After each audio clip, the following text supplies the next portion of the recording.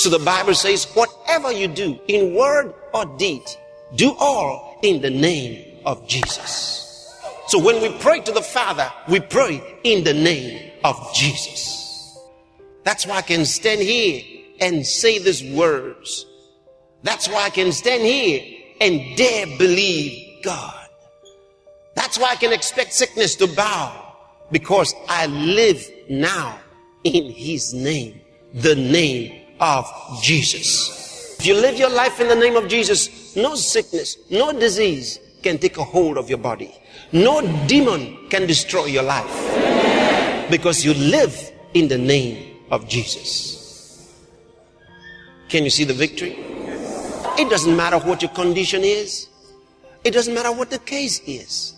Maybe you even came here with a child, your son, your daughter, that's got a problem, and you're thinking, oh God, do something for my child. Can I tell you something? He's not deaf. In other words, He heard you. God heard you. So He's not deaf. He heard you. And this meeting is organized. It's like the pool of Bethesda, where the angel came and stirred up the water, that anybody could step in and get healed. Today, this is better than that pool. That pool needed to be stirred up by an angel, and only one person at a time could get healed.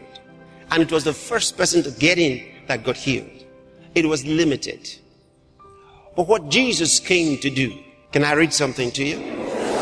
Galatians chapter 3. I want to read to you from verse 13 into verse 14.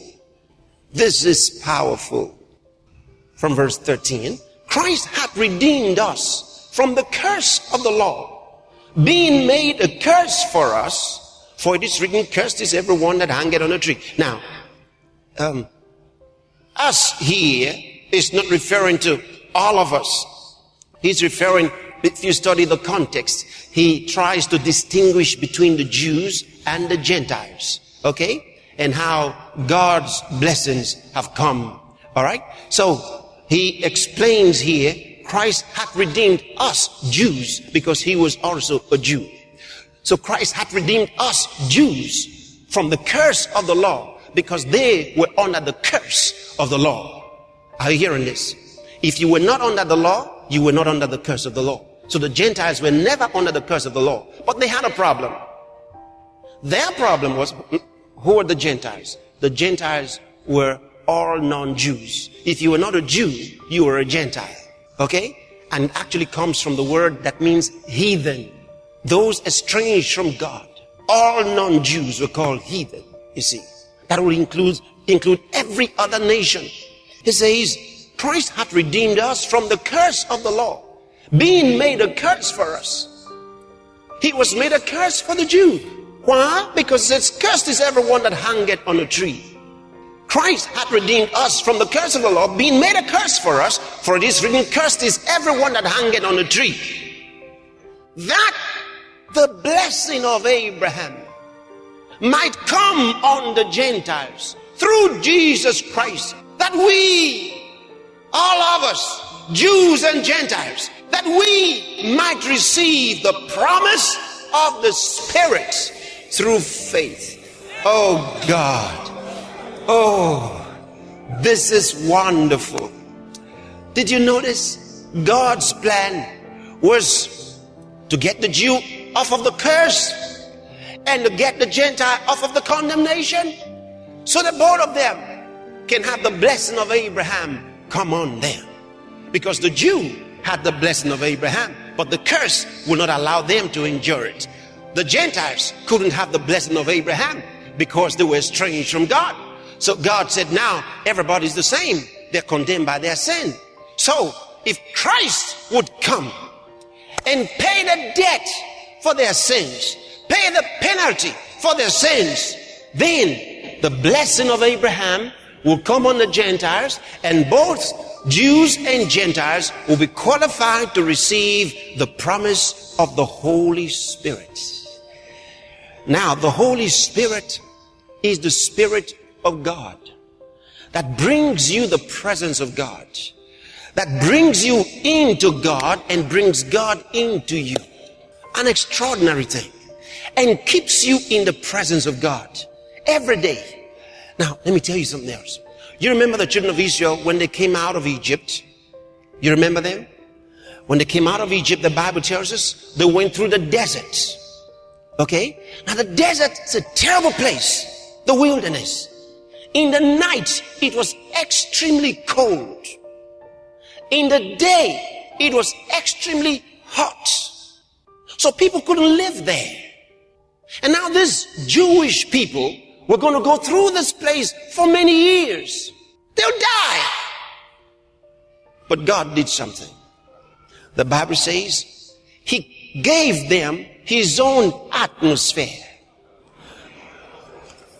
The Bible says the Holy Spirit came upon them as a cloud in the daytime. He overshadowed them in the daytime.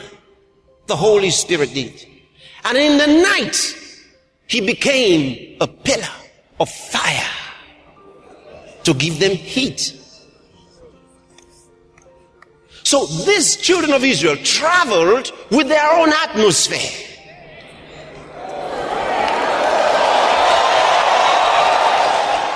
That was the work of the Holy Spirit. Now, in the New Testament, what God has done is to bring that power of the Spirit, that presence of the Spirit in Jesus Christ to us, so that the presence is no longer only in the tabernacle.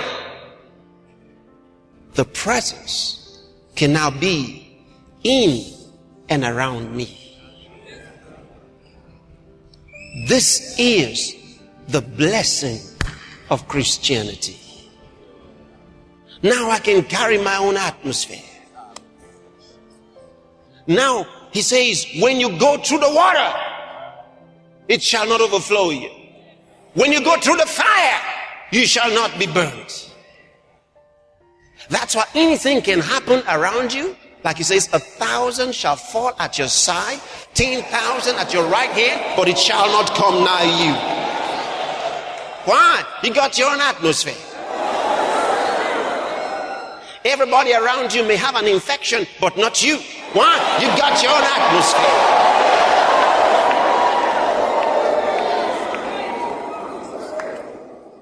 And it works inside and outside. Turn to St. Luke's Gospel, chapter 9. I want to read something to you. He says, as He prayed. Who prayed? Jesus. He says, as Jesus prayed, the fashion of His countenance, in other words, the appearance of His countenance was altered. As He prayed.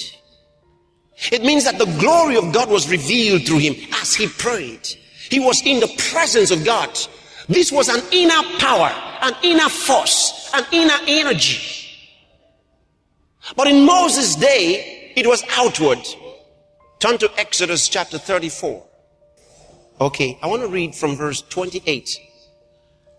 Moses is talking about Moses now. And he was there with the Lord 40 days and 40 nights. He did neither eat bread nor drink water. And he wrote upon the tables or tablets the words of the covenant, the 10 commandments. And it came to pass, when Moses came down from Mount Sinai with the 2 tables of testimony in Moses' hand, when he came down from the mount, that Moses wished not, he didn't know, that the skin of his face shone while he talked with him. He says the skin of Moses' face was shining when God was talking with him. The Bible says Moses didn't know. And then as he stepped down, you read that further, as he stepped down the mountain and walked towards the children of Israel, Aaron and the leaders of Israel saw the face of Moses glistering, and they began to move backwards. They were afraid. And Moses was saying, come, listen, Moses, look at your face, Moses, your face is shining. Moses didn't know. And so the Bible says Moses had to take a veil to cover his face to be able to talk with them. And then every time he went into the tabernacle to talk to God, he removed the veil and talked to God. When he came out to talk to the people, he put on the veil. Because every time he went into the presence of God, the glory came on him. Now, when you study in the Bible, when you study from 2 Corinthians and read from the 3rd chapter, you'll be amazed at what you find. The Bible says that glory that was on Moses, so strong that he had to use a veil to cover his face, that glory has come into us by the Holy Spirit. If you receive the Holy Spirit, that glory of God is now inside you. That's what the Bible says. So you can see it was God's plan for us to not only have the glory of God around us, like Jesus said, He is with you, but He shall be in you. Before the Holy Spirit came, He was with them. Then He said, but He will come to live inside you.